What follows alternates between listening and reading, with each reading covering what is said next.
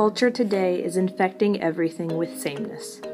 Film, radio, and magazines form a system. Each branch of culture is unanimous within itself, and all are unanimous together. Even the aesthetic manifestations of political opposites proclaim the same inflexible rhythm. The decorative, administrative, and exhibition buildings of industry differ little between authoritarian and other countries. The bright monumental structures shooting up on all sides show off the systematic ingenuity of the state-spanning combines, towards which the unfettered entrepreneurial system, whose monuments are the dismal residential and commercial blocks in the surrounding areas of desolate cities, was already swiftly advancing.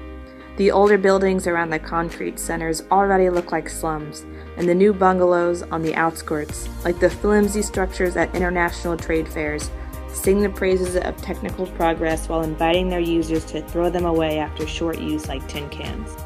All mass culture under monopoly is identical, and the contours of its skeleton, the conceptual armature fabricated by monopoly, are beginning to stand out. Films and radio no longer need to present themselves as art. The truth that they are nothing but business is used as an ideology to legitimize the trash they intentionally produce.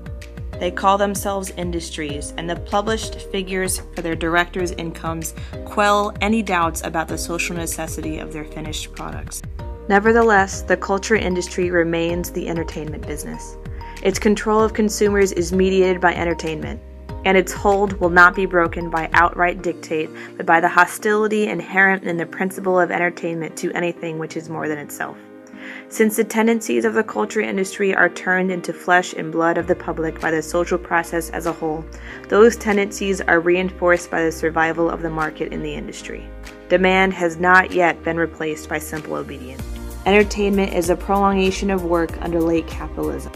It is sought by those who want to escape the mechanized labor process so that they can cope with it again. Culture is a paradoxical commodity. It is so completely subject to the law of exchange that it is no longer exchanged. It is so blindly equated with use that it can no longer be used. For this reason, it merges with the advertisement. That life could continue without the whole culture industry is too certain. The satiation and apathy it generates among consumers are too great. It can do little to combat this from its own resources.